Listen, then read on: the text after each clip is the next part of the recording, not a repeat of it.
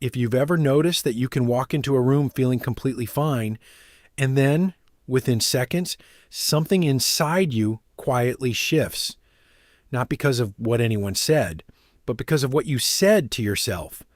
A small comment, almost automatic. Don't mess this up. Why did you say it like that? They probably think you're awkward.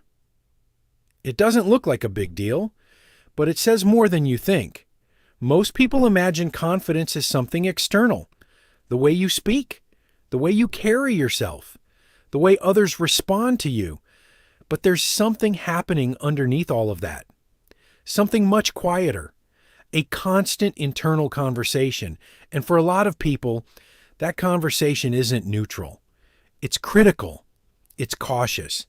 It's always scanning for what could go wrong. You send a message and seconds later, your mind replays it. Not to understand it, but to question it. Too much? Too needy? Should I have said less? You laugh in a group and a split second later, there's a thought. That was annoying. You start something new, and before you even get momentum, something interrupts. You're probably not good at this anyway. These aren't loud thoughts. They don't feel dramatic. They feel normal. And that's what makes them so powerful, because when something feels normal, you stop questioning it. You stop noticing it. It just becomes part of how you see yourself. And over time, that quiet voice doesn't just comment on your behavior. It starts shaping your identity. What's interesting is that this pattern doesn't usually come from nowhere. It's learned.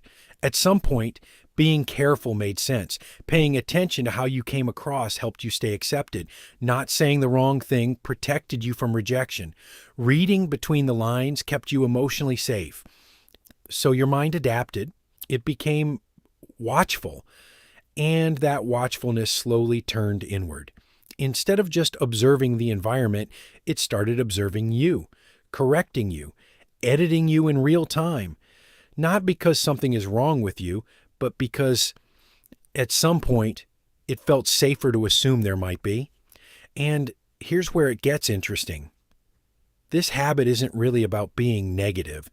It's about control. That inner voice isn't trying to hurt you. It's trying to manage uncertainty.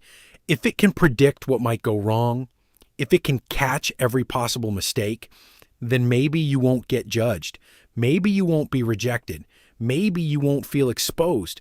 So it stays active, constantly evaluating, constantly adjusting, constantly keeping you slightly smaller than you could be. Not in an obvious way, in subtle ways. Hesitating before speaking, holding back opinions, rewriting messages that were already fine, apologizing when nothing went wrong.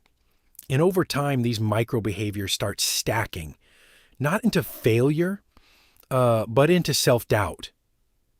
Because confidence isn't just about what you do. It's about what you allow yourself to believe while you're doing it.